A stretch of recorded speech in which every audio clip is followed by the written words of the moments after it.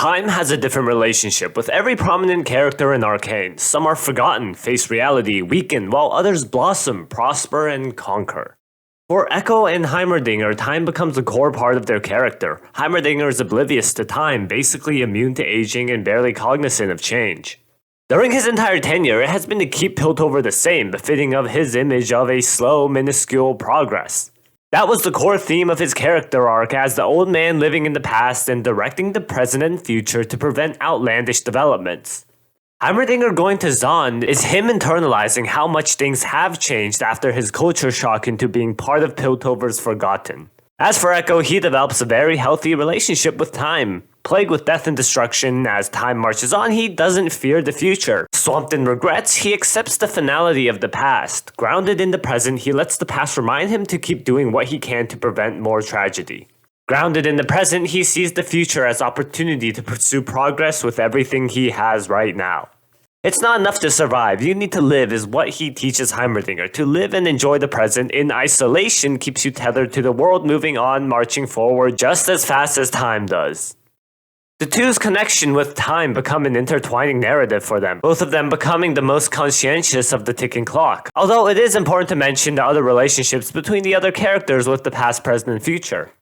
I've noted how Zahnites tend to live in the past. Before the time skip, Vi was very mindful of the future as she saw a vision of gaining respect for her and her sister while giving up herself to ensure a peaceful Zahn. However, once locked up in prison and after the blank period, Vi is constantly reminded of her past mistakes, barely seeing a future for herself. Now Jinx builds memorials of her memories and spends all of Season 1 conquering her traumas before shifting to guarantee Zahn's future.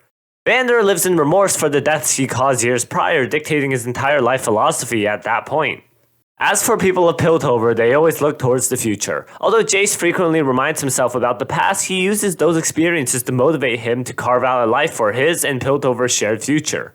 Mel gets nightmares about her past, while she has high aspirations for her own future when it comes to political impact and wealth. Caitlyn scorns her history and upbringing, stepping forward on her own to uphold her own vision of justice. There are those who blur the lines too. Victor's Zahnite mindset drives him to cure his affliction he has dealt with all his life, but surrounded by a society so perspective-centric in nature, while his own time is ticking down, he is forced to internalize how far removed from Piltover's society he is.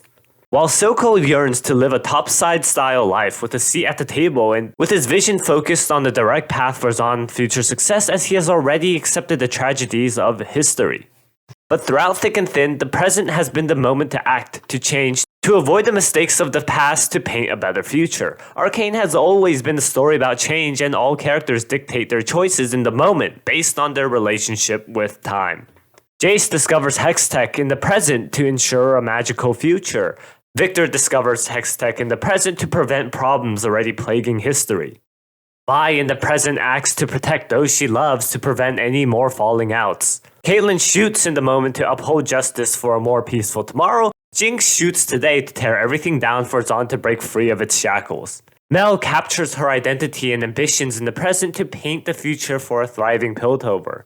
Now, look at Heimerdinger, whose actions don't change anything in the present.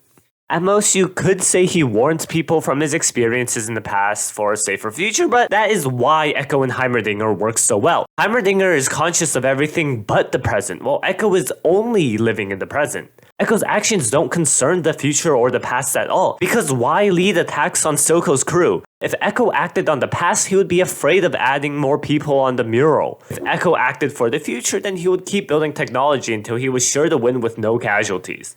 But Echo has always been about the present. Even as a child, he had spyware all around Zahn to make sure he can understand the world second by second so he can deliver information or action when the time is crucial. And as a Firelight, Echo intervenes in Soko's operation as Soko's harming Zahn in the present, so action must be done now. A constant attack of Soko continuously undermines his control and vision. When Echo fights, he tethers to the current moment while connecting himself to the past and future, whether that be learning from past mistakes or he plans for future failure. Echo succeeds where he can think rationally and react to things as they come. Echo fails when he is reminded of a girl long gone or is reliving the feeling of not being able to save. Coming back to Heimerdinger, it's strange to say he doesn't live in the moment because he kind of does. He listens to the concert foregoing background politics, but as head of the council, all of his decisions have lacked that groundedness of the present. Sinch mentioned how he split ways with Heimerdinger because the latter craved attention over progress. Right after that scene, Heimerdinger is talking to Victor as the professor begins harping about legacy, again thinking about the future instead of the present. As long-lived as he is, the past, present, and future kind of meld together for him. Just yesterday did he meet Victor joining the academy, while 10 years go by in just a flash. In that front, Heimerdinger is also constantly living in the present, like Echo, but at an extremely distorted scale. But after ousted from Piltover and losing his fisheye lens on time from above the whole city, he takes in the moment-to-moment life at Zon with death and happiness around every corner. Heimerdinger said that he went to Zon to do good, and we know that change means to act in the present. In this sense, Heimerdinger begins his character arc to embrace humanity and the now as he meets with the one with the healthiest mindset around time, Echo, who teaches him the best way he can. The tree is a great metaphor for time, with roots reaching out from history to the leaves that grasp for brighter tomorrow. While in the moment, the tree itself represents the current state of living built over time and hope for the future. That tree is going to get burnt down in Season 2. The rest of the video is going to be theory time. Lore spoilers ahead. We know Echo gets time travel, and that sets Echo's present to be similarly distorted. Let's say Echo watches someone die and rewinds 1 minute to save them. All of a sudden, Echo's perspective has been shifted onto the looming disaster incoming and acting solely to prevent what he just witnessed in the past.